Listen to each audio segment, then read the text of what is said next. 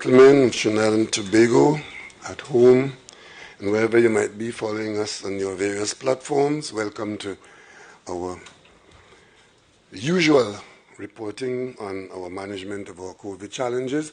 And I want to give a special welcome to members of the media who are here in person with us.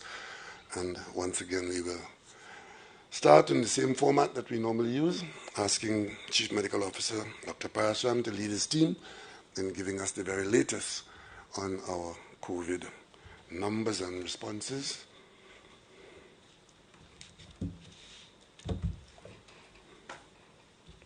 Thank you, Honourable Prime Minister. Honourable Ministers, colleagues, members of the media, members of the viewing and listening public. We begin with the new format dashboard for today. So this is 14th of January 2022. Fully vaccinated persons so far, 48.5% of the population. If we break it down further, 678,667 fully vaccinated. Those with first dose or no doses stand at 721,333. Those who have received boosters so far, 97,196. Total new positives over the last 24 hours reported 853.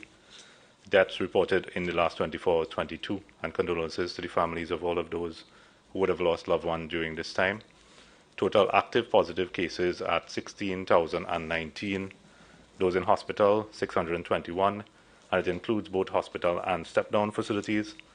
And total deaths today, 3,156. We're looking at the vaccination status from July 22nd, 2021 to 29th of December 2021 on the right-hand side in the pie chart. We see those who are fully vaccinated in terms of being in hospital, either step-down or hospital, accounting for 14.1%, 85.6% not fully vaccinated. Just going a bit further into the deaths in terms of vaccination status, small green bar on the top, 177 persons would have been fully vaccinated as at the 12th of January 2022. And on the bottom bar, all of those persons would not have been fully vaccinated. We're not counting in terms of our percentages the first 390 because those deaths would have been prior to persons being able to be fully vaccinated in the country. The large blue bar, 2,552. So basically what we're seeing in terms of a percentage that an unvaccinated person is 15.6% has a greater chance of dying from COVID in Trinidad and Tobago. So Dr. Hines, if you can go into further detail.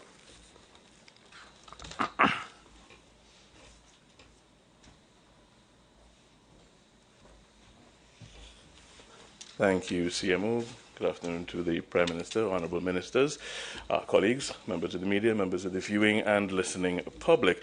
We just put the dashboard back up for 1 second. Just going to continue with the CMO left off for a minute, just looking at that, the death rates in the two groups, the vaccinated versus unvaccinated. And if you look at the proportions there, what you see is that basically there is a large reduction in the rate of death. And if we look among the vaccinated, and if we actually compare it, that rate of death is about 15.6 times higher. So if you're unvaccinated, then the death rate in that group is 15.6 times higher than the death rate that we're seeing in the vaccinated group. And we want to make that point because the queries about whether vaccines are helping or working, our data is showing that it's actually making a difference. Let's go straight into the epidemiologic update. So, next slide. Looking at our epi curve, we have a historic, or what we call an anamnesis here.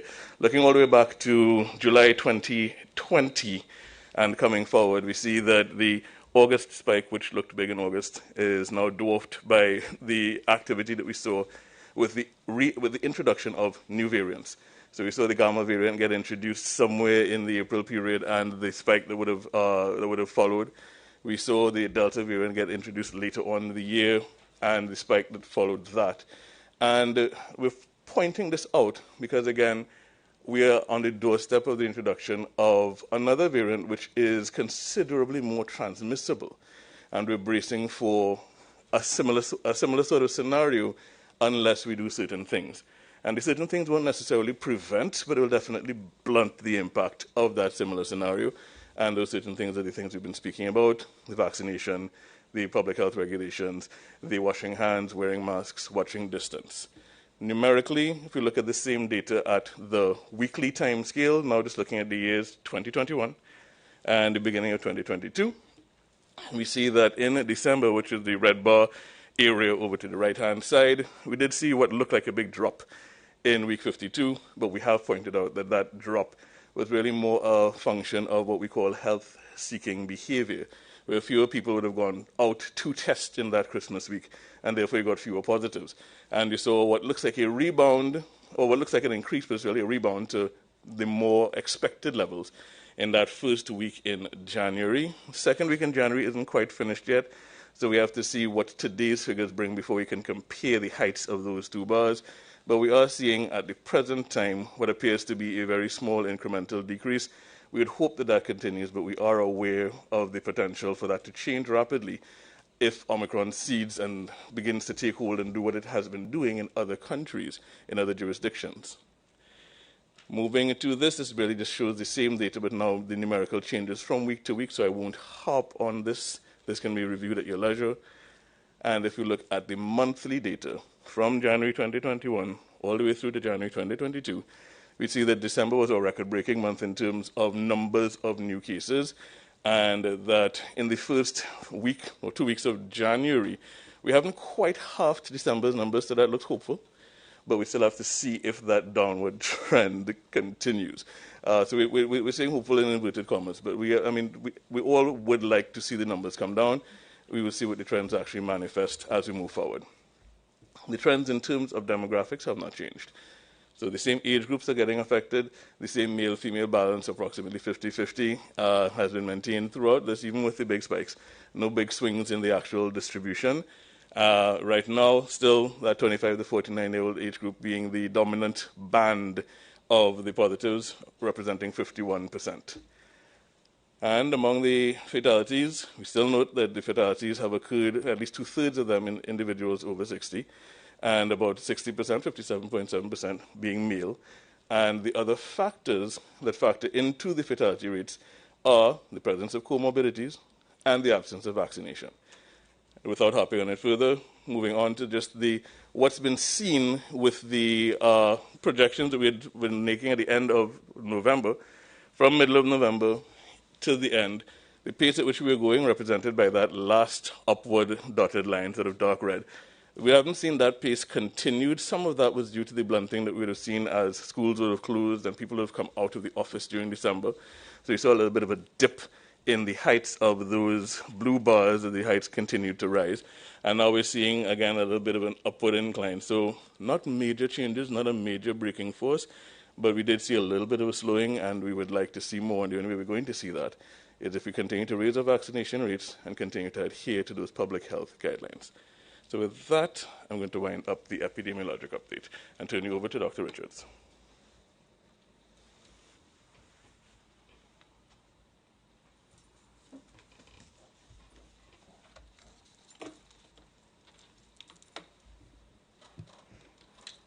Thank you very much, Dr. Hines. Good afternoon to the Honourable Prime Minister, the Honourable Minister of Health, the Attorney General, the Honourable Minister of Energy and Energy Industries, Office of the Prime Minister, and the Honourable Minister of National Security. Good afternoon to members of the health team and to members of the media and to the viewing and listening population. Today I'd like to present a summary of the status of the hospitals in the parallel healthcare system as of January 15, 2022. The net number of admissions, that is the additional number of patients that we see in the parallel healthcare system, has been between 121 and 154 over the last 5 weeks. And last week, we saw less patients and a bit marginally less patients than the previous week. So last week we saw an additional 128 patients as opposed to 159 patients. Not a very significant decrease, but still a bit of a decrease there. The parallel healthcare system continues to see a high number of patients, and as of this morning, there are 623 patients in the facilities in the parallel healthcare system, with 482 in hospital and 141 in step-down facilities. We have noticed over the last 2 weeks a slight decline in the actual number of patients who are being hospitalized in the system.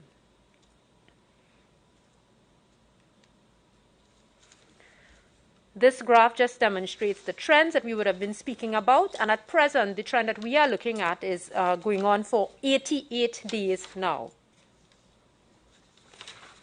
Ward occupancy continues to be high. This morning, we are at 70% occupancy. We did peak at about 81% in the last week of November. However, the ICU occupancy is at 88% this morning. This morning, 70 out of the 80 available beds in the parallel healthcare system are filled, and we do have patients in the accident and emergency departments that we are treating.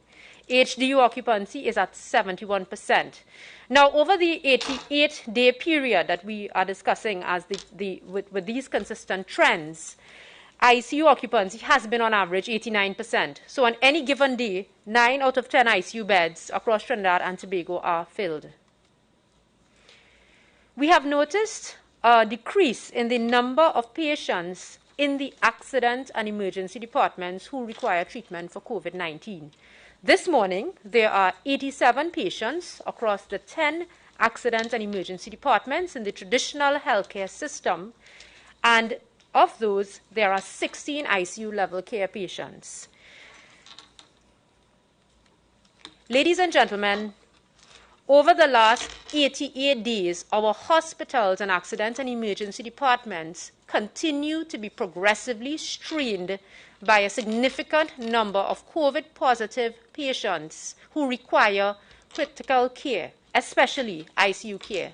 The vast majority of these patients are not fully vaccinated.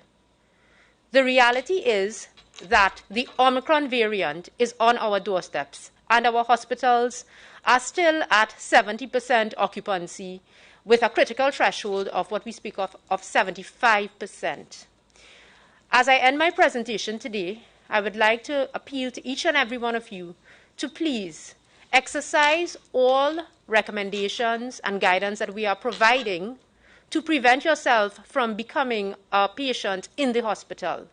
We continue to ask you to please become vaccinated. Please receive your booster and access your booster if so required, if you require a booster at this point. Also, if you have symptoms of COVID-19, isolate. And if you are becoming more ill and you're noticing, that you're becoming more critically ill, please, when you contact the ambulance, come to the hospital. We continue seeing a significant number of persons refusing care and denying care. And please do not use treatment regimes that are not approved. This is the only way that you can give yourself and your relatives a fighting chance. Thank you very much. Thank you very much, Dr. Richards. I'd like to ask Dr. Trotman to give us a little commentary on what she's seeing in the hospital.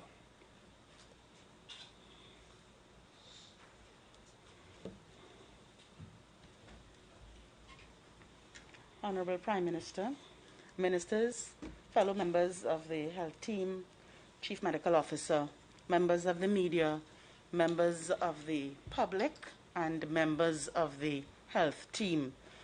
The medical system, health system, continues unfortunately to be challenged by numbers of patients who are moderately to critically ill that present themselves for care.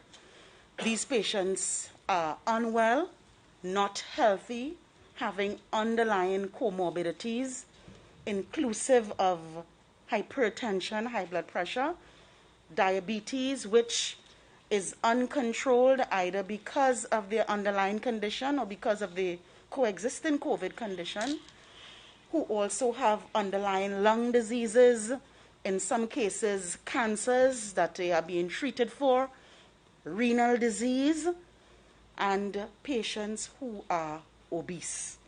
These patients also are characterized as patients with comorbidities.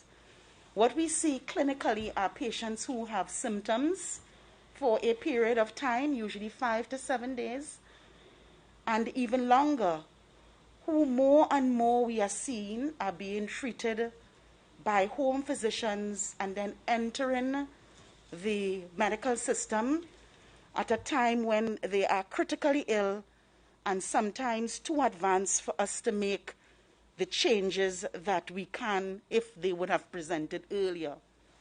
The medications being used at home do not always fit with the guidelines that are being used in the parallel healthcare system.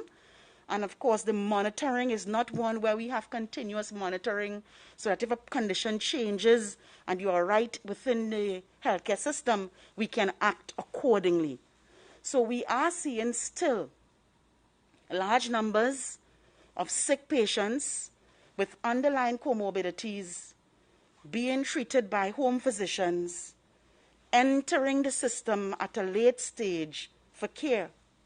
We urge you all that the healthcare system is there to support all our patients who are unfortunately afflicted with COVID-19. And we ask that you access that system if there is need earlier rather than later, so that we can make that big difference for you. We have to stand on the pillars. The public health measures are critical. I always say they are on our foundation. If we don't have a strong foundation, we will fall.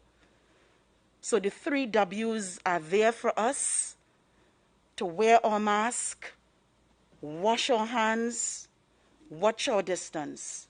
And on top of that, to strengthen that foundation, to help us protect ourselves even more, keeping in mind that we are now possibly dealing with a community spread of a virus that's much more communicable, meaning that we see more numbers. And even though ultimately it means that you may be less ill if you are vaccinated and if you are well, it means that we will still see more people coming into the healthcare system because there are more people afflicted. So that vaccine, here that vaccine comes. We have lots of choices. We urge, we encourage, we beg you, please take the vaccines that are before you to help to strengthen yourself in the fight against COVID-19. As a healthcare care professional, that's the biggest thanks you can give us, is to become vaccinated so that if you do get the virus, you have a better chance of surviving. Thank you very much.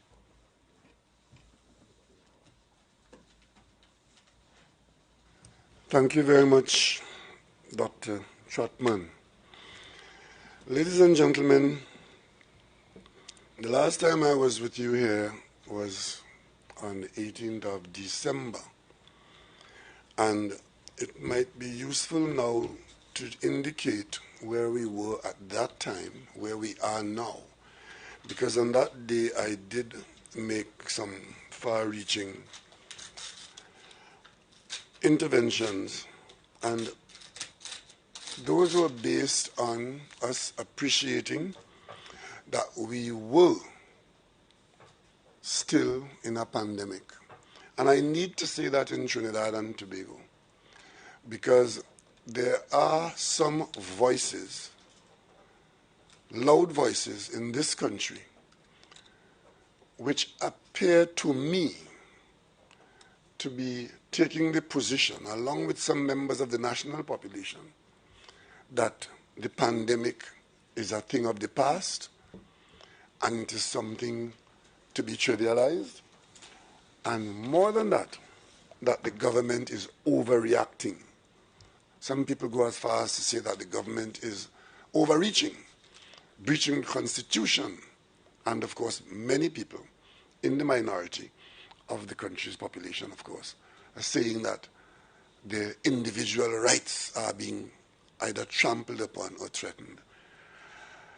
Against that background of state of affairs, I simply want to say to the population of Trinidad and Tobago that this is the third year of the pandemic of 2020, 2021, 2022.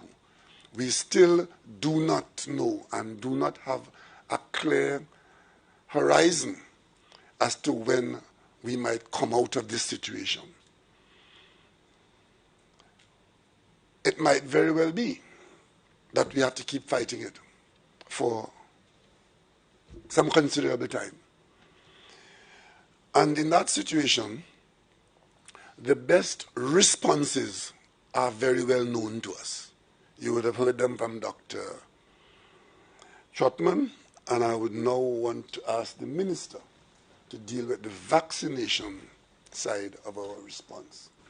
Thank you very much, Honorable Prime Minister, Cabinet colleagues, Dr. Palsram and the health team, ladies and gentlemen of the media, ladies and gentlemen of the public, wherever you are, Happy New Year to each and every one of you. So the current vaccination numbers as of close of play last night: fully vaccinated, 679,282 persons, which represents 48.5% of the population. Those accessing boosters to date, 98,490. 98,490. From Monday, December 20th, up to Monday of this week, which was Monday the 10th of January, we did see an increased uptake in vaccines, where we were averaging about 0.1% per day, 1,400 per day, 1,500 per day. And that trend held from Monday 20th December to Monday 10th January. We started to see a decline from Tuesday of this week, where we went down to 1,302, Wednesday 1,159, and then unfortunately Thursday and Friday we dipped to below 1,000. Thursday we did 944, and yesterday, Friday, 911. So our first shots, which includes the first shot of Sinopharm and Pfizer plus J&J, is now below 1,000 a day. That is not good enough. We need to get that up. Also, we want to encourage people to come in to be boosted based on the schedule we have published. All the global evidence tells us that one of the ways to beat Omicron is to be boosted. The first and second shots may not be enough. You need that third booster. So we want to urge people to come out, start your journey to full vaccination, start your journey to be fully boosted. The sites are open. They are there. They are convenient. They are free. And all the reports are that people are raving over the excellent treatment they get, how fast they are in and out. In some countries, you have to line up around blocks in wintry weather to get vaccinated. We don't have that here. It is convenient, easy, free. And as the doctors will tell you, vaccinations are what is going to help us get out of this. Thank you very much, Prime Minister. Thank you very much, Minister. Well, you also, as we look at state of affairs in the country, we have to also acknowledge that a significant part of the conversation has to do with choice. I simply want to say that from day one, it has been and it continues to be an issue of choice. You may recall that we started out, and I mentioned this last time I was here, we started out with open choices, leaving it up to the population to make that choice. And we were finding, for example, with the wearing of masks, with the congregation of people were partying still, people were not wanting to wear the mask, and there had to be a governmental intervention to say, okay, make the mask mandatory, outlaw parties and enforce it using the police to shut them down and so on. So it has always been about choice. But then if you don't get the required response, there's a role for the government to intervene. And that is where we are with respect to the vaccination program. In the third year of a pandemic, where we are reporting every day upwards of 20, sometimes as many as 30 people dying from a virus for which there is some amelioration that's available, some response that is medically authorized. And of course, I want to ask the team to put up the dashboard.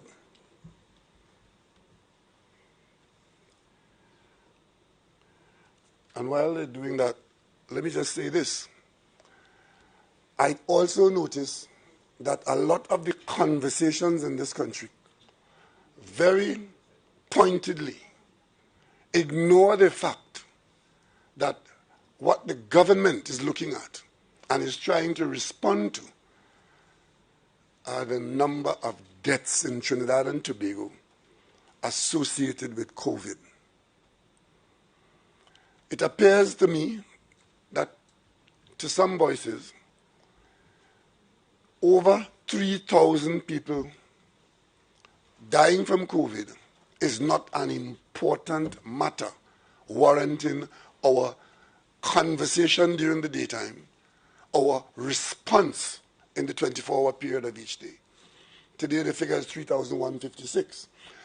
I want to ask you to look at the bar at the top. Population vaccination status, green and blue.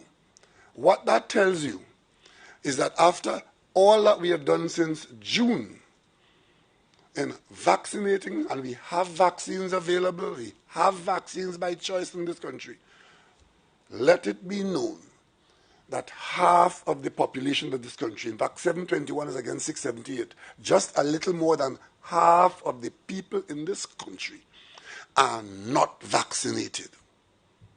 That is a fact.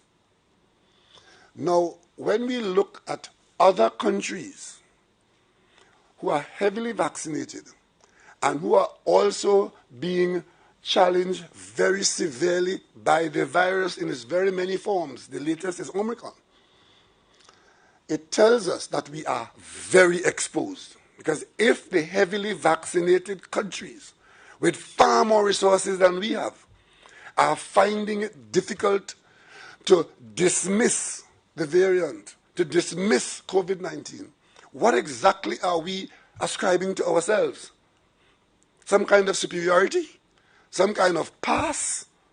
The most we can say is that we are to expect that we too will experience what they are experiencing, because it's the same virus. Contrary to what you might hear from some people, the virus that we are fighting in Trinidad and Tobago is the same virus that the rest of the world is fighting. Same variants that the rest of the world.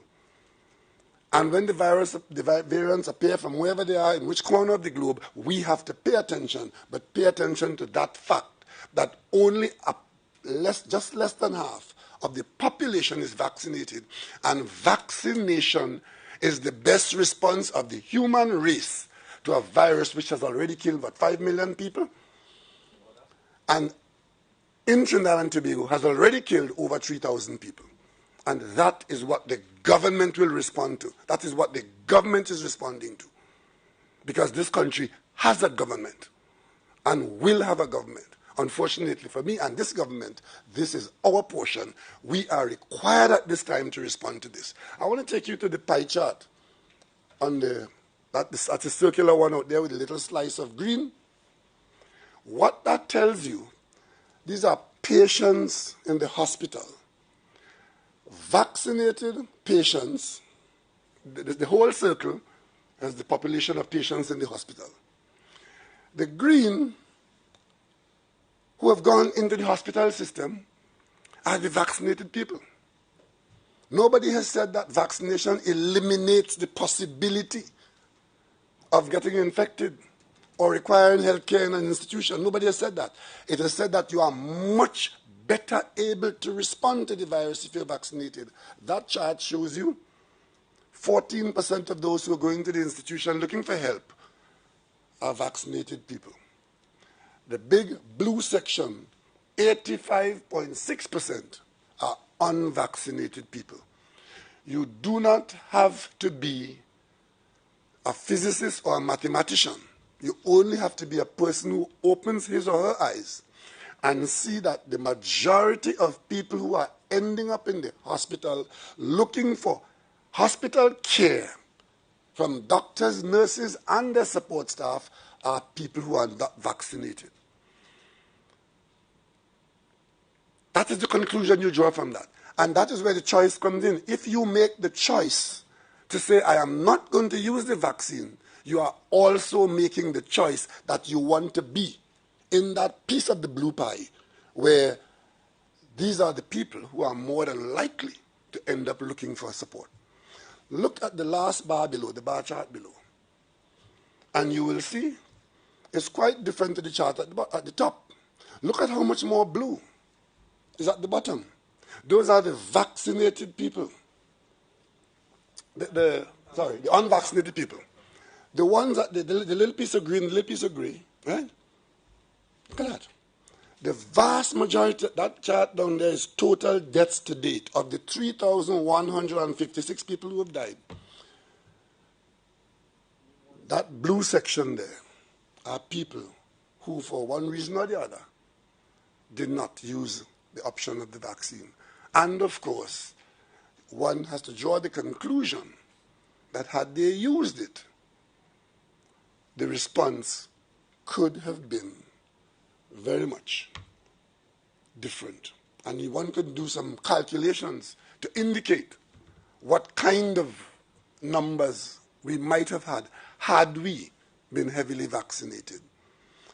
And we don't only look at ourselves, we look at other populations that are doing the same things that we are doing, slightly differently from place to place for all kinds of reasons. But the one thing we cannot say in Trinidad and Tobago is that we do not have the opportunity and the ability to vaccinate more of our population.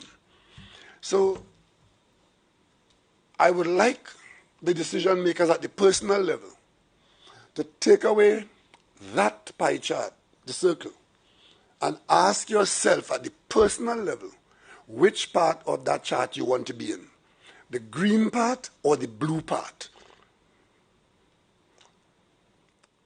Of course, we have started, because we have opened our economy, as we have done, and I'm confirming it again, it is not the government's intention to close the economy down again unless something super damaging comes up in the context of the fight against the virus and what we know now of it and what we've experienced and what we have done to date. We want to preserve the gains we have made, and we want to survive in the pandemic. And one of the things that we do not have on the cards right now, and we don't want to have it, is the shutdown of the economy to try to evade the virus. We used that kind of mechanism twice before to buy time and to reduce our exposure, but now we are saying, as it's been said before, that we are now to prepare to live with the virus. Any day now I expect the authorities at WHO elsewhere to declare this virus an endemic situation, meaning that it's in the population and is likely to remain there so. You must remember when we started out in January, and we were talking about May, it might go by May, and when I said we were told by the experts we're looking at September of 2020, people say September, and when we closed the schools for 2 weeks. We have children in this country, our junior children, who have not been to school for almost 2 years, and the pandemic is still raging at this point in time. With respect to the numbers of infected people in Trinidad and Tobago, we are at the worst we've been. In the United States, they are reporting over 1 million infections per day. This is a country, the richest country in the world, that had locked itself down when they were reporting less than 100,000 per day. So that should tell you how the population of the world has moved its response to the virus, because if you were locking down at 100,000, what are you doing being open at 1 million a day? You're doing that because we know a little bit more about the virus now and its behavior, and we also have millions of people vaccinated. We have, Minister, what's the figure we got there? Of You were just vaccine stocks? Yeah, no, I'm talking about the number of people who have been vaccinated worldwide. Approximately 9.4 billion doses of vaccines. And of course, we have approximately 4 billion people in the world now who have been fully vaccinated as compared to when we were looking at a few tens of thousands of people. So it's not the same situation. And there's something that we could do and we are doing and we're encouraging, and that is to get vaccinated and be on that bus that says if you are on this bus, your chances are better. When you hear people saying that, well, the vaccine does not prevent you from getting it, and therefore, what am I being asked to be vaccinated for? Don't get into any argument over that, because I don't know how you could argue with that anymore. It's unnecessary to argue over it. Because what we are saying is not that the science has not generated a vaccine that can do that. But it has generated one that allows the death rate and the hospitalization rate to drop. Why would you want to ignore the opportunity to not be among the population, that cohort of the population that has the better chance of surviving? It is now being said by the experts that given the transmissibility of Omicron, that it is possible that virtually every human being would be exposed to it. When I spoke to you last week about the things we want to do, the curve we were looking at was a curve that says with that level of explosive transmissibility of Omicron, which was coming our way and which is in this country, at community level, that if it has any kind of effect on mortality like the Delta, we were looking at huge numbers of deaths in this country. Fortunately, that has not happened. Fortunately, we are not yet, and hopefully we may not get the right, but we can't anticipate that we will. We are not now being smothered by Omicron, but we still have a very effective action of the Delta variant in our population. And we need to prepare for increased infections, because that is what Omicron will do. We have to prepare for it. The one good thing about it, while we accept, as we're being told by the scientists, that it is very transmissible, with the passage of each week, we are seeing, when they look at the hospitalization arising out of the infections of Omicron, fortunately, it is not as it was with Delta. Thankfully, that is so, and that is still to be confirmed, but it is appearing so. We're keeping our fingers crossed and our prayers frequent that it is so, that yes, it's very transmissible, but once you get it, it is not as powerful with respect to dragging you down to the requiring hospital. But the population has all kinds of people in it. Very many people, many of whom don't even know that they have shortcomings in their health, in their personal health. Some who know and pretend that they are not at risk. And some who know and know that they are at risk, but for other reasons believe that the vaccination is not their way of dealing with it. That's the plethora of points of views. And it again comes down to choice. Nobody has held anybody in this country and physically vaccinated them. Nobody has done that. And nobody is promising that. It has always been a question of choice, but choice can have consequences. And choice is not a one-sided thing.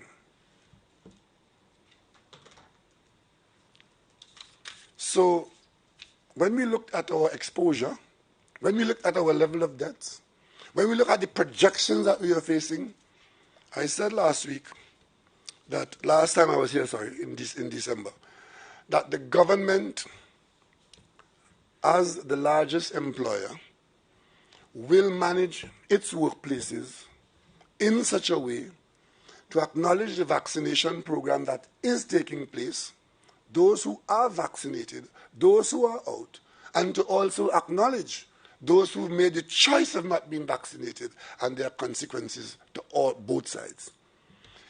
In Trinidad and Tobago today, the private sector has taken a number of steps in a number of places to keep private sector operations open for the benefit of all of us in Trinidad and Tobago, whether it's the manufacturing sector, the banking sector, the private sector is everything. Many aspects of the government sector is also open, and we are also vaccinated. I would like to ask my staff to put up the screen our vaccination in the public sector as of Friday. And again, as known to us, because I'm understanding that some people are being encouraged not to expose their status. Well, that has its own interpretation. And you would see Office of the Prime Minister, 70%. Attorney General, 60%. Department of Health, 75%. Finance, 78%. Trade and Industry, 81%. Public Admin, 75%. Tourism, 85%. Agriculture, 35%. Energy, 61%. Planning and Development, 57%. Social Development and Family Services, 83%. Foreign and CARICOM Affairs, 87%. Sport and Community Development, 76%. Public Utilities, 77%. Labour, 83%. Youth Development and National Service, 56%. Housing, 80%. Digital Transformation, 75%. Education, 50%. Communication, 60%. Works and Transport, 61%. Rural Development and Local Government, 46%. National Security, 34%. So, ladies and gentlemen, it ranges in the ministries from 35% to 87%.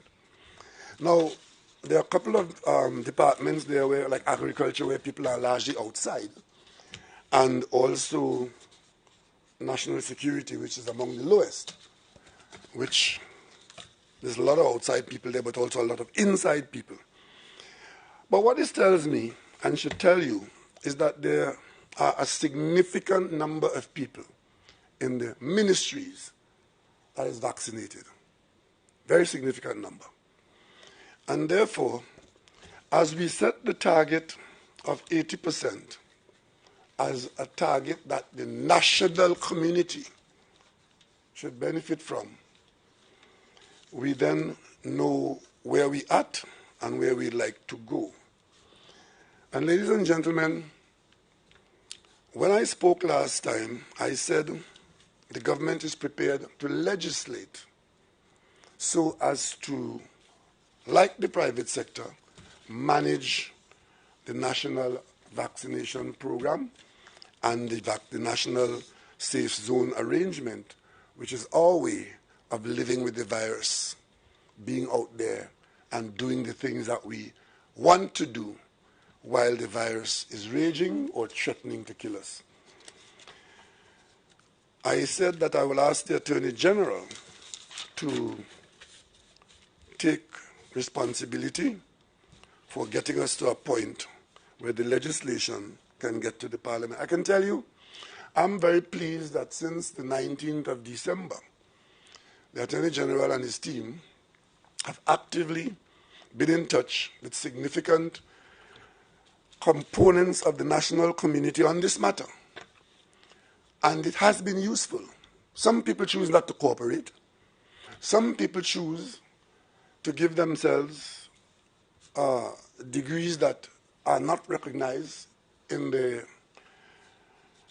clinical fight of the virus. And that is important because they speak for, or purport to speak for, a lot of other people who have given them the right. And in the period that the Attorney General has been out there, we know at the point, we are at the point now of where we have some documentation. Because one of the things that we are asking people for, if you're not agreeing with what the government is proposing, civilized and normal, tell us what you think should be done. Tell us what you propose. And we have had significant proposals in the last week or two. But let me just take you down the road of some of these proposals so you can understand what the national community is facing. I got 2 pieces of correspondence shared with me yesterday, dated 13th of January. The correspondence is dated 13th. Today is the 15th, so these were written 2 days ago, and I got it yesterday, last night in the Parliament. One is from the Joint Trade Union Movement, which, as you know, represents a significant number of worker representative bodies. And I'm happy that they did put their position in writing, because it allows the government to see the breadth of thought and, more importantly, the alternative that is available, because they did decide to write. And I simply want to quote a couple of lines from this 3-page letter. It's a 4-page letter.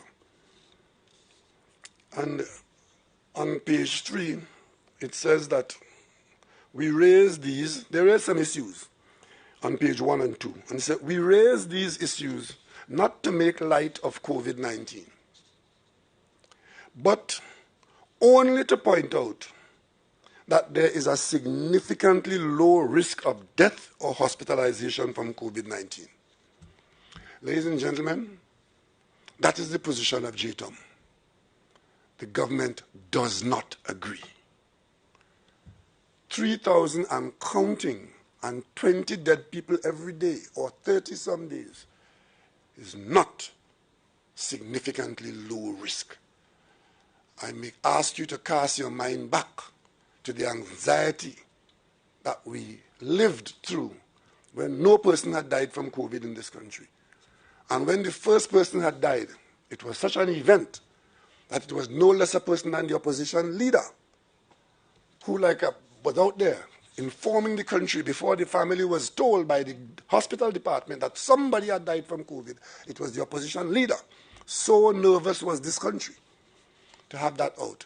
And we shut this country down when we were a lot less exposed. And to be told today, with a daily death toll of approaching 30, and don't know when it's going to drop and when it's going to stop, the government does not agree that it is a significantly low risk and that COVID-19 hospitalization is low risk. You hear Dr. Richards every time we meet during the week and here telling us exactly what is happening in the hospital. Apparently, people who have not been in the hospital or who cannot envisage what is happening in the hospital could talk like this. Ladies and gentlemen, our healthcare workers have done yeoman service to keep us where we are today. And we will not minimize their effort. I could tell you, because many of them talk to me as Prime Minister of this country. Many of our healthcare staff are at their wits' end, and some are even thinking of getting out of the profession because they have been standing in the gap to keep us where we are today. And we are in the 3rd year of a pandemic. What if this goes on for another year or 2? What is our position? So when we are told that the hospitals are almost full, as we were told in December, we were upwards approaching 80% occupancy. All the IC units are almost used. We are told today they are 90% occupied. What exactly are we saying? Because there's a phrase that is missing from this position, saying that what they are fighting for and what they will lay down for is the right of choice. I understand that. I accept that. But you know what that also is saying to the population? And I read that from this document. It's saying, let us leave it to choice, and who live, live, and who dead. That is what is being said. A government in this situation cannot accept that as a response for a population in a pandemic that has already killed over 3,000 people. And there's another couple of lines I want to quote. On page 3 it says, "We appreciate that you may have statistical data which demonstrates that there's a significant risk of death or serious hospitalization arising from COVID-19 infection." Really? That the government of Trinidad and Tobago may have information about COVID deaths and the significant risk and hospitalization? And we talk to this population. There was a time when we were talking to you every single day. We talk to you now 3 or 4 times a week. But there are some people in the population who believe that the government may have some information that this is going on. And they are speaking here specifically about persons working for the state. We are not making COVID policy only about people working for the state. As the Calypsonians said early in the proceedings, the thing ain't care. Every single one of us in this country is exposed. I don't know if there's anybody in this room who doesn't know someone, and probably someone close to you in some way, who has died from COVID or has lost somebody who has died from COVID. I could tell you, very many of my days are depressed by the news of someone dying from COVID. And you don't have to be a member of your household to feel that death, because the loss hits you so hard that this person has just demised from having been exposed to a virus that we're fighting. Another one, somebody you know, somebody you've been with a month ago, and then the person's sister and the grandmother and the grandfather too. That is happening in this country. And some people are of the view that that is not what it's about. What it's about is to fight the government. The government is not prepared to get into any fight with anybody. The government is prepared to do what has to be done to defend the people of Trinidad and Tobago, and it's all by choice. All by choice. There's one other point I want to raise from the letter. It says, and I find this very interesting, they're asking for independent examination of whatever the government is saying and whatever the doctors are doing, because they don't accept and don't believe it. So they're asking for independent experts. And this paragraph reads like this. It is clear that the policy being advanced by the state is predicated on what appears to be purported expert opinion and evidence. Ladies and gentlemen, as Prime Minister of Trinidad and Tobago, that language does not describe the position of the government of Trinidad and Tobago. It's not appearing, it's not purporting expert advice. All these doctors and all them in the hospital, doctors, nurses, and their support staff, I would hazard a guess, 99% of them are people who have been trained, some of them paid for, by the people, the taxpayers of Trinidad and Tobago, to give us world-class expert opinion in public health care in the pandemic of 2020, 2021, and 2022. So if there are people who believe that the opinions of these people are purporting to be reporting or to be managing the healthcare system, I'm afraid that the government does not share that point of view. But there's something else that is said. It is also apparent that these opinions emanate from the state functionaries who have been working intimately with the political directorate and are predicated on data being collected solely by it. But ladies and gentlemen, if the government of Trinidad and Tobago, and let me put it differently, if the technical health experts in Trinidad and Tobago don't work with the political directorate in a pandemic, who are they supposed to work with? And if the government does not use the information and the technical expertise of those people, especially from the state sector, to fight this pandemic, who should the government use? So why should the political directorate feel that it must separate itself from the healthcare experts? And if we do that, who then do we depend on for information and for advice and guidance? The union leader? Well, there's one union leader who is now challenging openly the death certificates.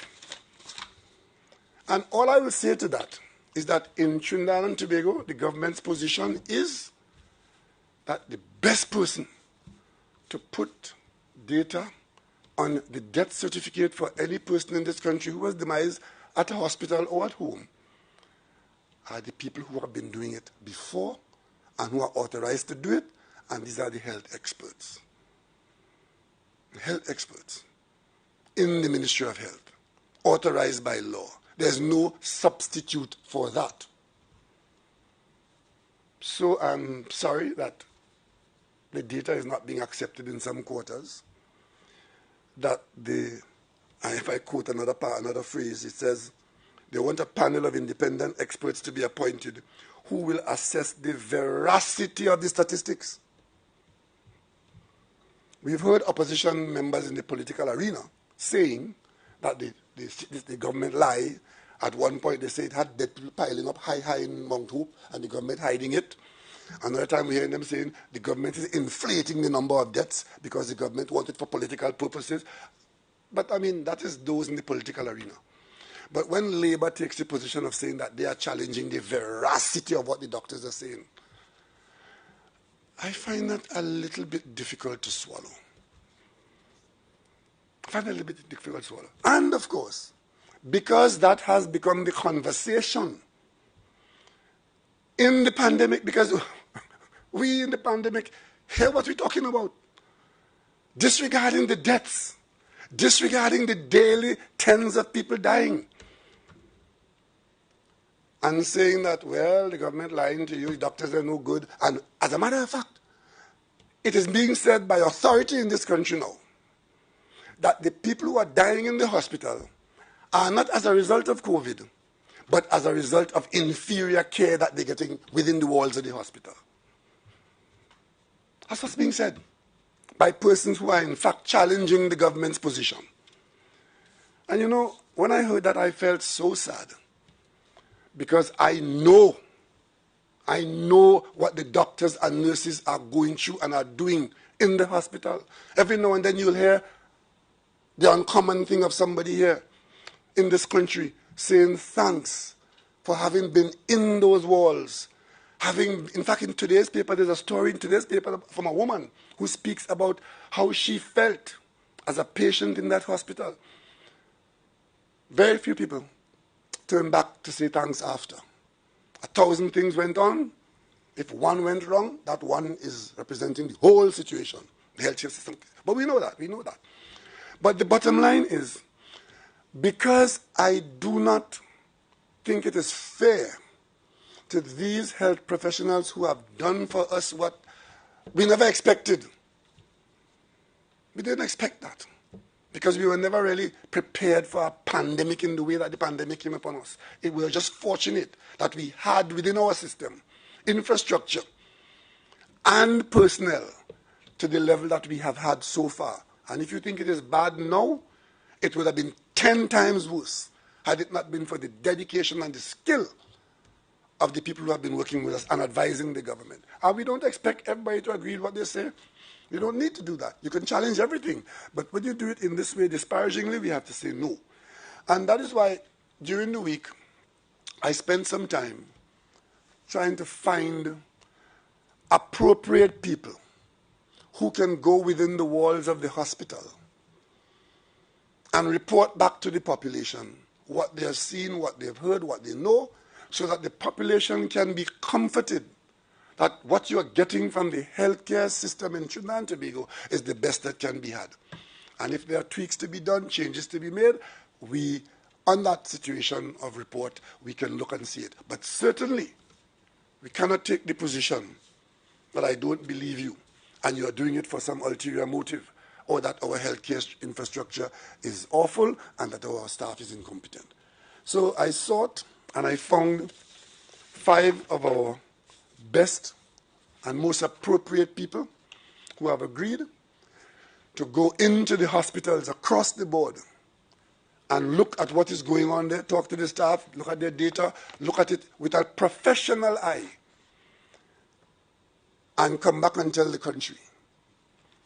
Not get your information from people who think so or believe they know so, or who believe that it is their opportunity now to make manima through accusations and allegations, challenging the professional performance of our healthcare staff. So I've asked Professor Terence Simongal, who is the Dean of the Faculty of Medical Sciences at the University of the West Indies, to chair this 5-man group. In his group would be Professor Emerita Phyllis Pitt-Miller, consultant anesthetist and intensive care specialist, former Dean of the Faculty of Medical Sciences of UWI, Dr. Anton Komobach, a public health specialist and former Chief Medical Officer of the Ministry of Health, Dr. Vidya Dean, consultant anesthetist and intensive care specialist, and Professor Donald Simeon, Director of Caribbean Center for Health System Research and Development, Professor of Biostatistics and Public Health Research, Faculty of Medicine at UWI. These 5 people, under the chairmanship of Professor Terence Simongal, will go into our healthcare system, examine it, and at the end of the week, as long as they don't ask for more time, at the end of the week, they will report back to the government, and I give the country the assurance that as soon as I get that report, whatever it contains, it will be made public. And I do that so that the population can be guided away, we can't guide away from the Google doctors. That we have no control over that. We can't guide away from the Facebook specialists, but we can guide you away from believing that healthcare in the hospital is substandard and is contributing to the deaths that we are facing. Because if it is that you have to confront the numbers, the deaths, as part of the outcome of the COVID infection, and the way to explain that is to say, well, these people wouldn't have died because there's something going wrong in the hospital. I have to send these experts in now to respond to that. And I'll wait the report that they'll make to the people of Trinidad and Tobago. Ladies and gentlemen, so Labour has put in a package of suggestions and demands. The Attorney General has them. The Joint Chamber position on COVID-19 was also submitted on the same day, 13th of January, which is 2 days ago. And this, the same way JTEM represents a number of Labour entities, this group, chamber, the joint chambers, AmCham, Energy Chamber, the Chamber, Trinidad and Tobago Chamber of Commerce, and the Trinidad and Tobago Manufacturers Association. That covers a large swath of our economy and our population. And they have put some positions to the government, to the Attorney General, on the date on which I've just mentioned. And the reason why these documents probably would have come in that way is that as soon as I indicated on the 18th of December that we were looking in that direction and going in that direction, the Attorney General hit the ground and met with these people, met with people, and they asked for the opportunity to put in, because he did ask them, what is your position if you think it's different to what the government do or might be doing? And they put it in writing to us. And I could just mention two to you that is in the document from the chambers. And it says, we recommend that all employers be given the ability, via the appropriate legislation, to declare their offices, factories, or other work sites as quasi-safe zones, and to therefore require all of their employees in that workplace to be vaccinated with exemption on valid medical grounds. They also said that employers should have the flexibility to determine their own policies on how employees who refuse to abide by their vaccination policy are treated, including placing employees on no paid leave. And of course, as you know, with exemptions being available, the groups, the chambers have said that they would like to be satisfied that there's no hanky-panky with that, as we know with the sick leave situation. They would like, as employers, to have some say in who issues those medical exemptions for people. What this means, ladies and gentlemen, is that our population in the private sector and in the government, we are readying ourselves for living with the virus, not knowing when it's going to end. This thing going to go on for quite some time, apparently. But we want to continue doing the things that the economy does. We want to have some aspect of our lives continue with the risk of being hurt or killed by the virus being considerably reduced by the vaccination, and if we're very lucky, be among those in the blue part of the pie which says that you've been vaccinated. And even if you get infected, as people are being infected, that because you have been vaccinated, you have escaped the worst of COVID and its variants. Ladies and gentlemen, I've also, during the period, been consulting myself with a lot of people, many of whom have written to the government, expressing their views, their support, their concerns, their fears, and suggestions as to what we might do. So whatever the government does will be as a result of taking into account all of these inputs, including the inputs from labor, from the private sector manufacturing, from the Chamber of Commerce, from the religious bodies who have also put out certain positions to us. Because all of us want to survive this virus. And all of us want to see Trinidad and Tobago prosper, even in a pandemic. I don't want to ascribe to anybody the ulterior motive of wanting us to fail, because failure in many families is the death of one or more members. That is too high a price to pay for any other agenda. So, ladies and gentlemen, we will do what we've been doing, making careful adjustments. But before I say that, because of how the last 3 weeks have gone, because we are now in a slightly more optimistic viewing of Omicron, because our health system has not been overwhelmed as the projections were at the 18th of December, I have asked the Attorney General to take a little more time. And of course, it can't be forever. So today I'm announcing that what we had intended that might have been done on the 17th of January will now be done somewhere about the 17th of February. We give the population a bit more time. I'm very pleased for some of the reports I've got from the public sector that we have improved some of our vaccinations. Some people have actually cooperated.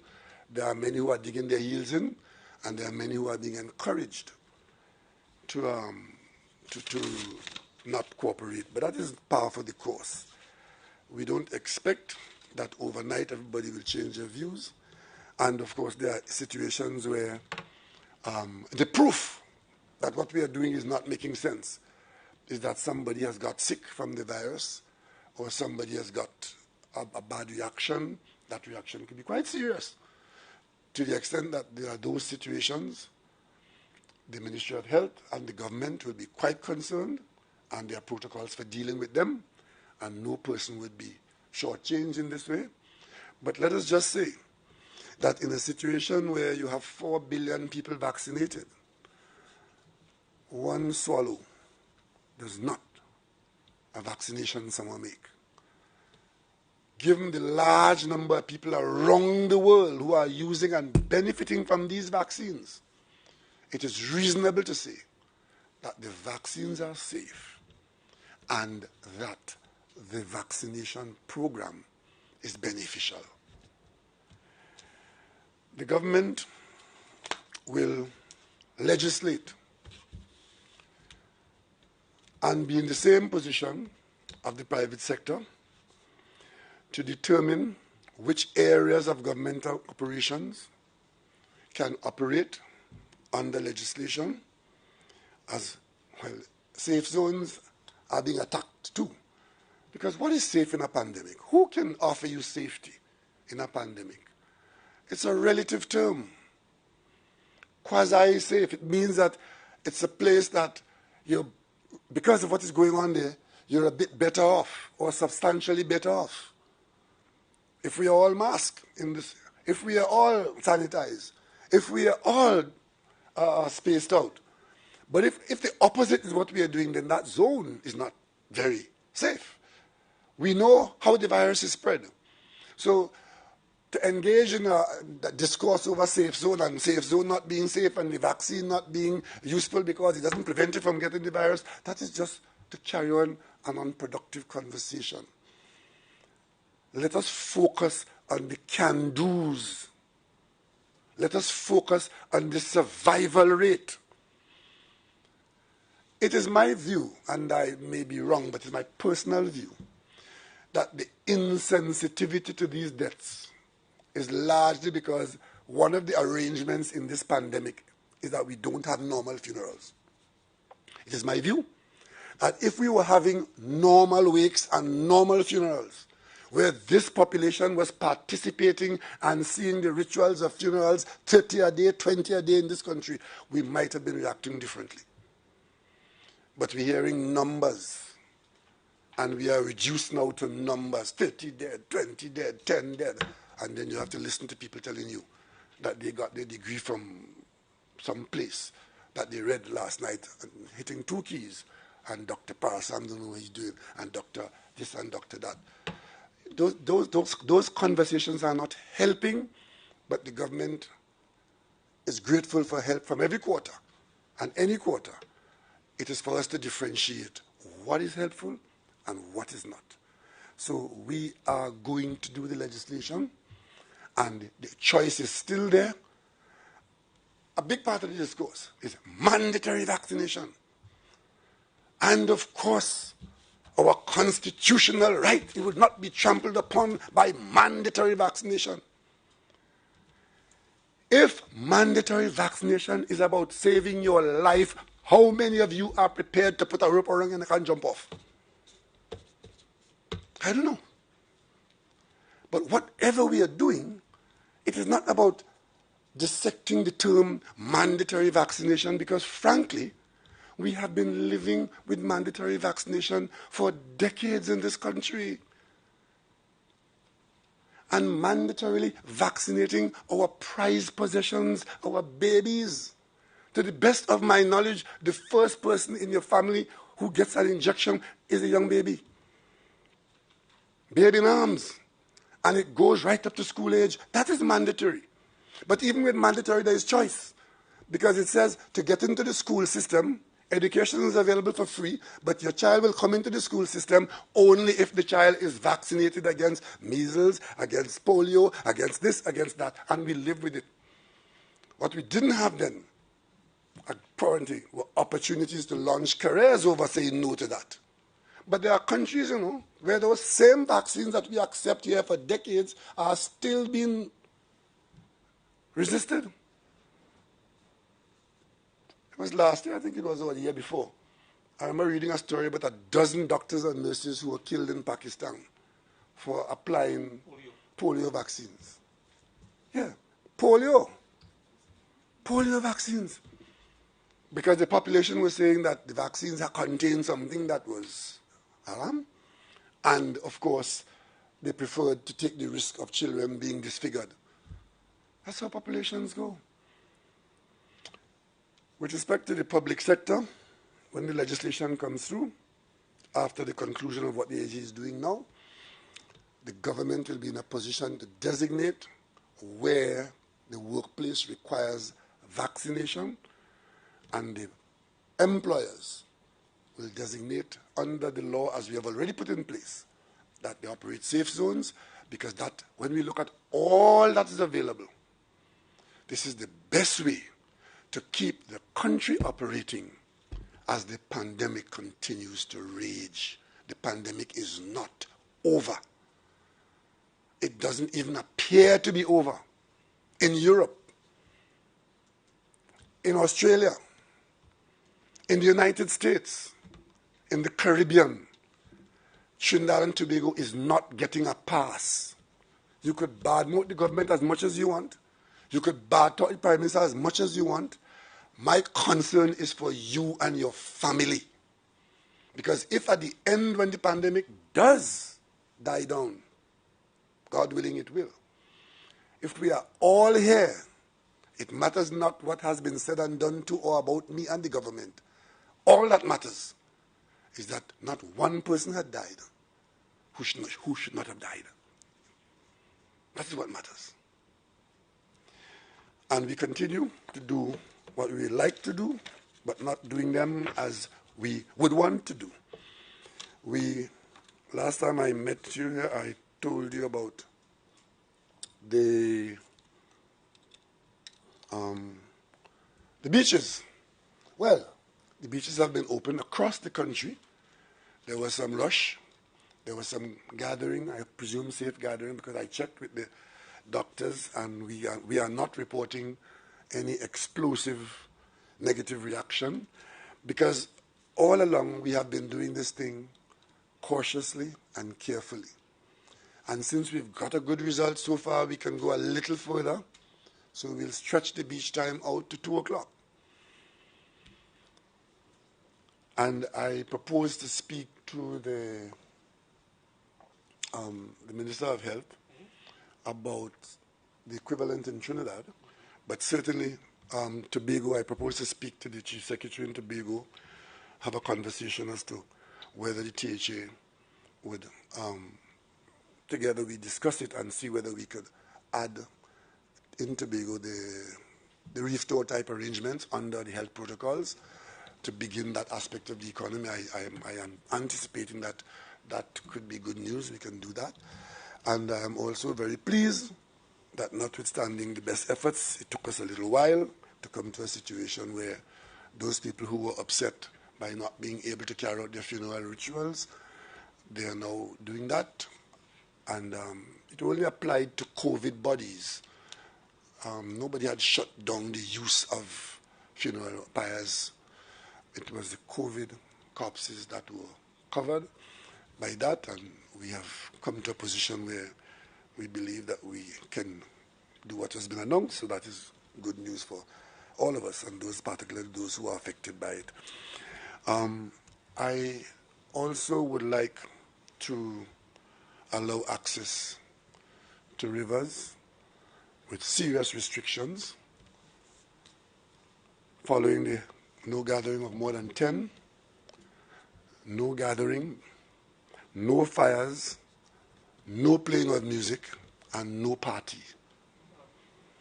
So the rivers can be accessed in that way, and as soon as it is not required, you remove the restrictions. Because, as I said with the beaches before, it was not that we were against seawater. It was how the gathering would have used it. And I think we are in a position to do that. And we will look to see and enforce the law. And, of course, consumption of alcohol. I know that you all probably would have had a time of your life. I was in Castara last week in a vehicle. I went into a place that sold beers, and I had a beer, And on my way to the vehicle, I had this beer in a container, a plastic bag, which it was in. And it was such a hot and beautiful day. I sipping my beer, and then somebody came up to me and said, "You, consumption of alcohol in a public place is against the law. So you missed the opportunity of seeing me behind bars for breaching." It happened so easily, but it was a breach of the regulations. It happened so easily, I understand. But we really have to say, hold on for the time being. Do not go to the rivers for river limes and cook duck by the thousands and so on and so on. Let's get out there carefully for a while. Maybe after I speak to the Chief Secretary in the next couple of days or so, that the reef boats might start operating again. We look forward to being able to go on there. We'll have some restrictions that the DMO, the CMO and the DMO over there would tell us what we can do. What I'm trying to get at here is, we, having accepted that we have to live with the virus, let us see how much we can do in the living, safely and sensibly. Right? And of course, as I said, the Trinidad equivalent to the reef tours are the swamp tours. If your boat is carrying 40 people or 30 people and the CMO says we go 50%, we expect that you comply. And if things go well, we get to better numbers. And the other area of serious concern and continuous stress for me is the school system. Ladies and gentlemen, those of you who are parents, I'm sure you know, and those of you who have relatives around you, you know what is going on with our children not being able to go to school. And while there are different points of views and cooperation or lack thereof, the bottom line is we need to do whatever we can to have some kind of a school system going on. We have made steps last year with our secondary school children, 4th, 5th, and 6th. There was not a consensus on that, but we did it by majority opinion, and it went reasonably well. And the Ministry of Health has been consulting widely, and we propose to go a step further to get some more of our children out. Forms 1, 2, and 3, we're still under consideration with any aspect of the primary school children, because they're the ones who are suffering worse. Because they've been out since last year, March. And I must tell you that if there's anything that could leave a lasting scar on this population, is a generation of young people who would have lost those formative years, that aspect of their primary school life. Because primary school is not just about examination and passing the exam to go to secondary school. It is learning to socialize. And the mental deprivation of even a year of that would have far-reaching consequences. And many parents and people who are handling children are already reporting that there are problems that we are going to have to deal with going down the road. So, as far as we're able to, taking the risks that are not too risky, we will want to carefully step out with more and more of our children, and hopefully, at some time in the not too distant future, have children going to school. And the more people who get vaccinated in this country, the better our chance of coming to that position. Because it is if you have a high level of vaccinated people, then there are benefits to be had from that. If the opposite is true, then we are asking for other things to happen. So, ladies and gentlemen, that's where it's at today. And carnival, it's the last one I want to mention.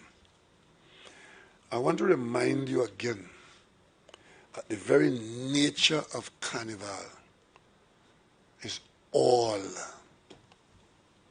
about what the virus would like to be going on. Carnival is a situation where we mix, we gregarious, we out night and day, and so on, and in crowds. That is precisely what the virus would like, and the consequences could be grave. Nothing has happened so far to cause me to think differently. And what I said the last time, that Carnival 2022 will not be a normal carnival with street parades and gatherings and parties and jam up by the thousands. That is exactly what we shouldn't be doing at a time when the pandemic is infecting at its worst. However, because we have 500,000 people, vaccinated people, and we know a little more about how the virus behaves, we could have some elements of carnival that take into account the health protocols that are in place.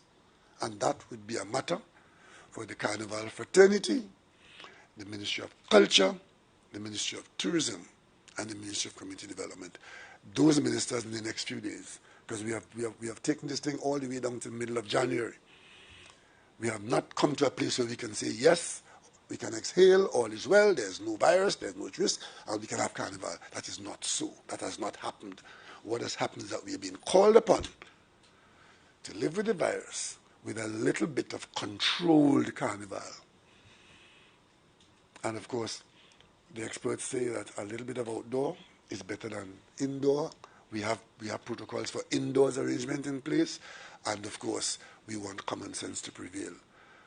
Carnival 2022 is going to be a flavor with a difference, numerically smaller, because we don't want to have the gatherings that Carnival represent. It doesn't mean that we can't do certain Carnival things, but those things have to be determined, and we have to have cooperation and enforcement.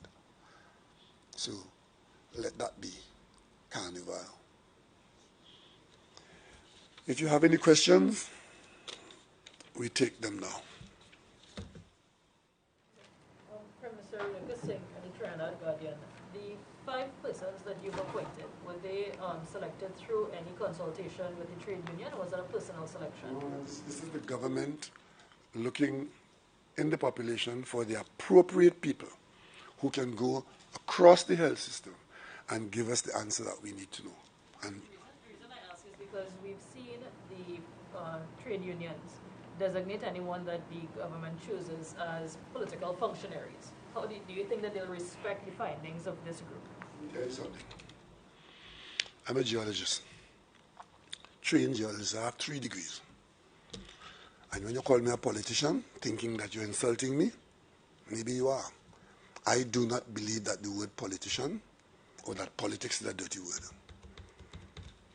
And I said to you early on, when it was said that these people, these experts, specialists, international quality specialists, are being deprecated because they are working with the government, I said the government does not agree.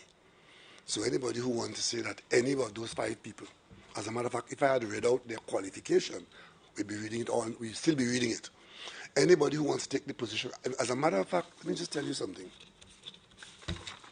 As head of this team, I know 1 person, or 2. I know 2 people on this team. I know Professor Miller, because she's been around in the public health system for quite some time. And I know Dr. Cumberbatch, because we were in Jamaica together in the 70s. I don't know the other 3 people. And I don't know if Minister Young knows them, or Minister Dalton. I know them because she was in health. Dr. Parswa and probably know all of them. But it is not a good thing for us to be behaving like that. You see, the casting of aspersions without a sound basis is not a good thing. So these people, if there are people who will want to denigrate them because they have been appointed by the government, all I will say is that as Prime Minister, I appoint the whole cabinet in this country. And on the same basis of logic, none of them should be in office because the Prime Minister, a politician, appoint them. We can take it to the ridiculous extreme, you know. I've seen it, I've heard it recently. Somebody got appointed by the president and the person was to be thrown out and denigrated publicly because the person was on something in a bank and the bank had lent money to somebody who knew the Prime Minister. Come on. So these are excellent quality, and if you notice, they didn't go there for any reason other than they are in a position to assess the situation. IC experts, clinical experts, and so on, right? So when they go in, they know what they're talking about. You and I can go in there, you know, and we see 10 tubes, one with blue ink, one with blue water. It means nothing to us, except at the end might be somebody struggling for his or her life. These are people who will know how to assess and report to the population on what is going on with our effort to fight COVID. And as I want to say it again, we are not the only country that is having this problem or even this kind of response. The beaches, the open air cremations and access to rivers. When is this happening? Today is Saturday. We talk about the beaches. Monday. We go to a new regime on Monday. We normally put the regulations in tonight into tomorrow, and they publish. So by Monday morning, we go with that. So next week we have a different week. Right? Yes, and we've got the children who are going to go out. We are talking about in February. Mr. Prime Minister, good afternoon to you. Arvishi from TV6. I'm taking the opportunity to reciprocate to you New Year's greetings, of course, to you and to your family as well. Thank you very much. Can I, if it's okay, would I be able to ask the CMO if he would be considering updating mask guidance, if that is under consideration with the Omicron variant and circulation? Yeah. Because, you know, I read that the CDC on Friday sort of upgraded their guidance, suggesting that the N95 mask offers better protection against the Omicron variant. I know, see, I'm just looking around the room. I think it's just two persons, Minister and Dr. Trotman, with those types of masks on. Sure. So N95 by its nature prevents more viral particles or any other particles coming in and sometimes going out as well. But generally speaking, the recommendation is still surgical mask. N95 mask is acceptable. We're looking at a synergistic effect in terms of all the 3 Ws being utilized at the same time. So the spacing is important to go together with your masking. It depends on the type of setting that you work in. If you're working with a clinical setting where there's aerosolization, for example, we would certainly want you to have an N95, sometimes even with a shield. So it depends on the setting, depends on the individual level risk. But we're really asking everyone, I mean, surgical masks in this setting, seeing what is happening with Omicron, seems to be more aerosolized. But from a public sector policy perspective, I mean, we have been saying to wear masks for quite a while. It is now legislation. It is hard to get people to wear even one mask to cover your nose, mouth, and chin, right? So if we can have people wearing a mask properly at this point in time, we will take that for now. But the guideline, of course, says surgical masks and N95 give you better protection. For masks, as you know, we had done an assessment through TTBS, I believe, last year, showing good protection. Of course, it depends on if you wear one, if you wear two. And the plies. So for surgical masks, most of them are 3-ply, 4-ply, which is intrinsic to it. So it depends on the levels of protection, type of material. So TTBS, I think, does extend the service so that you could have that validated still. So you can look at your types of masks you're wearing. I'm seeing a lot of people wearing your surgical mask and then they're having a cloth mask on top of it, which gives you more protection. So there's variances of all, but we're really asking everyone to comply with the masking effort. Dr. Richards would have spoken about, you know, the high hospitalization rates and so on.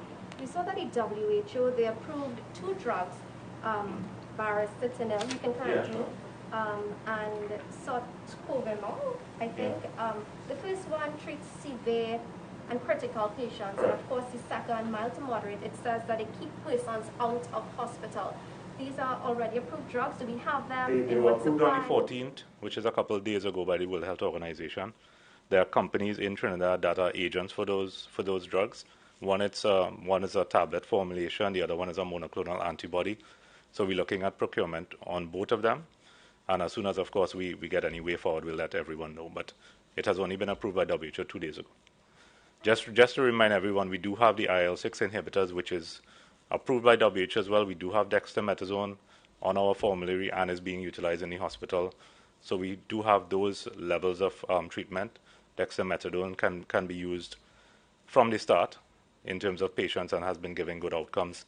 IL-6 is more for moderate to severe, similar to the other type that you mentioned initially. And just so that our population can understand, is Omicron mild or is it mild in fully vaccinated and boosted patients? So I think the answer is that the world doesn't know as yet. However, to jump to a conclusion that it is mild is a little bit, is not following the precautionary principle that we have abided by from the start. So you have to be very careful, and even if you have something that is a little less severe than Delta, Delta is very severe by its nature. So it's being compared to Delta. It's even if it is a little less severe, you're transmitting, it is much more transmissible. So if you have 1,000 people being infected, for example, with Delta, and 10% of those go to hospital, you're looking at 100 people, right? If you have a highly transmissible Omicron now coming on the scene, you expect that if the transmission increases, even though the severity might be a little less, the number of people requiring hospital care will go up, the number of deaths will go up. And that is a concern. And we're seeing the almost vertical lines in US, UK, and other parts of the world where Omicron has taken root. It seems from what we are seeing that we didn't get to that stage as yet. There's a lot of confounding factors with the way Delta has behaved in Trinidad. So we wait and see. But if it gets to that vertical level, you can almost assuredly, already starting at 70% hospitalization, hospitals being filled, that we will get to that 100% very quickly. The AG sent out a press release about the open-air cremations, and in it he noted that the CMO kind of disagreed with having them once again. So can you ask what will or are the risks, if there are any, of open-air cremations, and if so?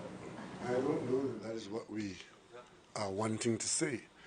The decisions made on these matters are made by consultation. And it's not a question of somebody disagreeing while others agree, because there are things that, I mean, I wanted to do certain things as Prime Minister a long time ago, and they were not done because the team had a different view. And because we have said all along that we are guided, right? We didn't say wedded to. We are guided by certain principles. So whatever you would have got from that statement of the Attorney General, I think that the biggest point there was that while there were the guidelines, some people were taking it as though there was the law, because the matter had gone to court. And it was, what was the government going to court to say? Well, there was no law saying you couldn't do it. It was a guideline, and the guideline was being enforced. So we had a proper look at it more than once, and eventually we thought that we should make it very clear that, you know, well, here on in we can. And there are some things that at one point had looked a particular way, and there are some things because, as I said, even though we're not heavily vaccinated, but we are significantly vaccinated, so we could take a little more risk. So those are the considerations that go in there. Mr. Prime Minister, as the CMO spoke about, you know, with the Omicron, we may still get same or more hospitalizations and deaths with respect to from the Omicron as compared to Delta. Are you in a position to say if the government will be considering the mass storage of bodies, and also what is the status of public burial grounds? Are they to capacity? Because we're getting little reports from the ground. Well, I thought the people who deal with those things have been talking quite a lot, because I myself have learned a lot from what the Association of Funeral Directors have been saying. The first thing that they have said is that we do have the capacity to deal at crematoria with the level of bodies that we're having. They've also said that there is some element of backup, because people are not being buried as they die for a number of reasons. Some of those reasons can remain. And I don't know that that's going to change much. So in terms of whether we're going to store bodies, that's a bridge you have to cross when you get to it. You would have seen the Tobago House of Assembly. They have one mortuary in Tobago, and it only has a certain capacity, and it didn't cater for a pandemic. So it is reasonable, because the mortuary was not built to deal with that number of dead persons per day, there was not space in there to properly and in a dignified way handle the bodies. So the next thing is to find a refrigerated container.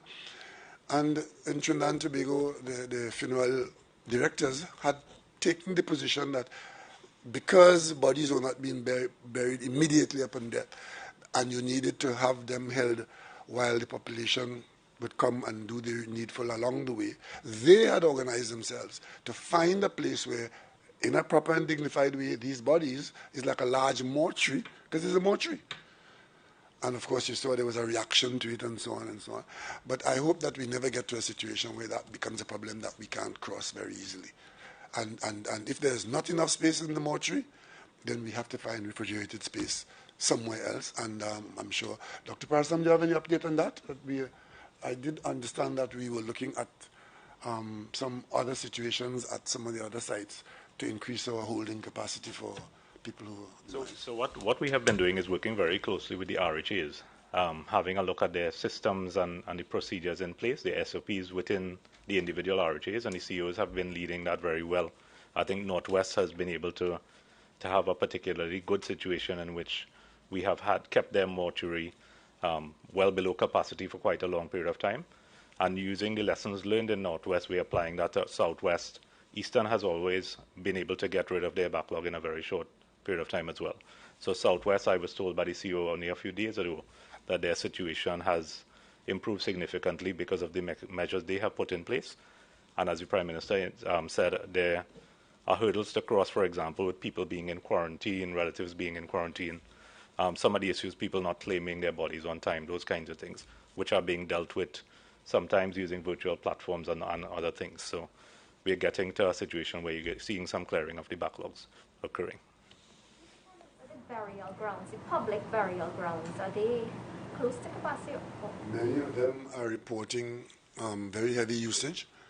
Once again, the rate at which we were using spaces in the burial grounds around the country, that rate would have increased because that's what a pandemic does. It generates a larger number of bodies requiring space. And, you know, this is part of the pandemic story. In New York, I think it was early this year, in the city of New York, they had a situation like this where virtually all their large hospitals in the parking lot, they had a large number of refrigerated containers to store bodies. And even that, they had exceeded that. And there was this one situation where they had to go and literally do trenching and store bodies numbered in bags. Because, you know, one of the challenges is that some people would have died and their family didn't even know they had died. I've seen that reported in the papers here, where people looking for somebody who they have not seen for a while, who is very close to them, member of the family, only to discover that the person was in the system, had passed away, and they didn't know. So all kinds of things are happening in this pandemic, and we just have to not let it overwhelm us, but make sensible decisions. So we've seen countries like Singapore, they are now trying to float legislation that says that if a person chooses not to be vaccinated and they are hospitalized, they're going to have to pay for that hospitalization. Is the government considering that sort of peripheral legislation? No, we have not. Societies do things depending on what societies are prepared to accept and what they've been doing and so on. I know we always compare ourselves with Singapore. There's very little about Trinidad and Tobago that is Singaporean. Okay? So, and if you look around the world, what we normally do here in Trinidad and Tobago, we look at other Commonwealth countries to see. But even in the spectrum of Commonwealth countries, you saw what the Prime Minister of Canada was considering this, last week? The Prime Minister of Canada is considering some serious things that we are not even thinking about. And even if we think about it, we mightn't go further than thinking about it, because in Trinidad and Tobago, that is not, to put it lightly, that's not our culture. And there are people who cooperate with a heavy hand of authority, and there are people who rebel against any kind of authority. And there are people who believe that it's going to be a miracle and just going to go away. So in Trinidad and Tobago, we have to do what is reasonably acceptable in our society. And of course, people go to court, and the yardstick that the court uses to adjudicate upon what the government does is whether the action of the government and the parliament is an action that is reasonable in a society like ours. We have gotten some reports, Minister Rowley, of dispensaries in eye clinics, smaller eye clinics being closed down, and people are being redirected to more central locations. Is this the case? And if so, why so when, we're asking people to separate more? And so the particular details of that, I will have to check on. What I do know, and I said this publicly late last year, in an effort to divert resources to the COVID fight, we would have had to shut down some outpatient clinics. So it is possible what you are asking about is as a result of that. That is typical pandemic response in a health sector when you have limited resources and you are trying to rush people to where they are needed the most. So I did say outpatient clinics would be affected, but we will look into it. Thank you. In the context of that question, you would also have seen in some countries, some cities actually, that the authorities have taken the decision to cancel elective surgery. Elective surgery being surgery that you choose to do at a particular time.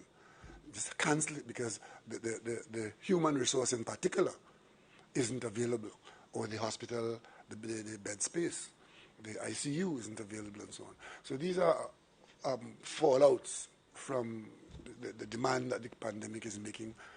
Again, I must say, not only on Trinidad and Tobago, but worldwide. So over the Christmas period, there was a party on a boat. Police have had reports of a party on a boat, and organizers. There seems to be some involvement of two of your ministers. One would be here presently. Are you concerned about their conduct, the AG's conduct and involvement in this? I am concerned about the conduct of every member of the cabinet. So if there's conduct by a member of the cabinet that is inimical to public interest, and I'm satisfied that that is so, then you wouldn't have to ask me that. With respect to who might have partied or didn't party, I regard that as a matter of law enforcement, and I leave that entirely within the realm of law enforcement because, as you know, the government has no role in law enforcement where it has to do with holding people for breaches of the law. The aspect of the government that does that is quite clear, not the cabinet, not the Prime Minister. If there are persons who have got themselves in trouble with the law, they blow their nose where they catch their cold. As it relates to government's legislation that will be coming on the public sector safe zones, the furloughing of unvaccinated persons, is that still up for discussion? Is it still on the plate? Yes, it is up.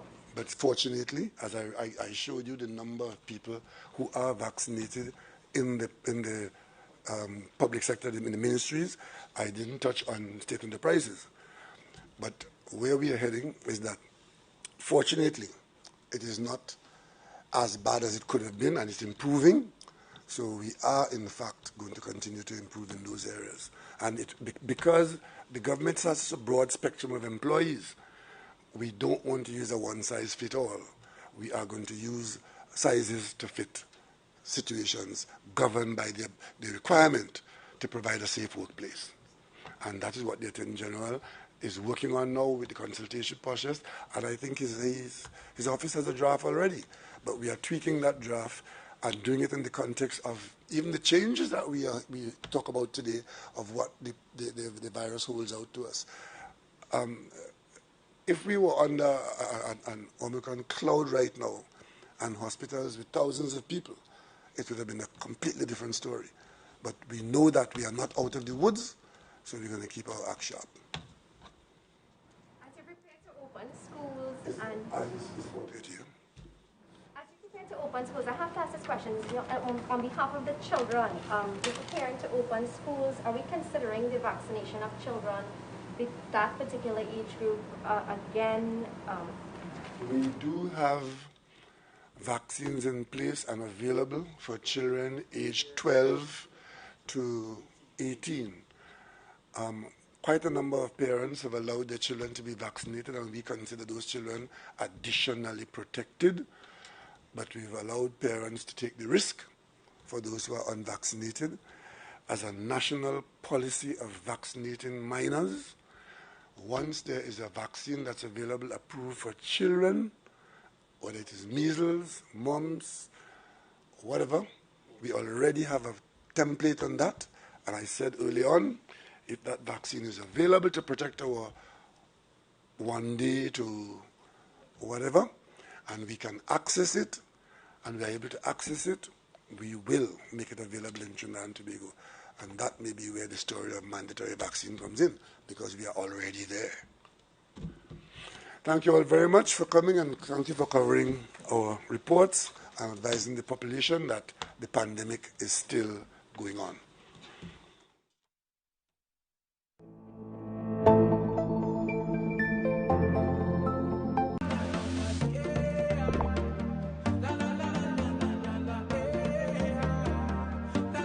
This is TTT. Live for local.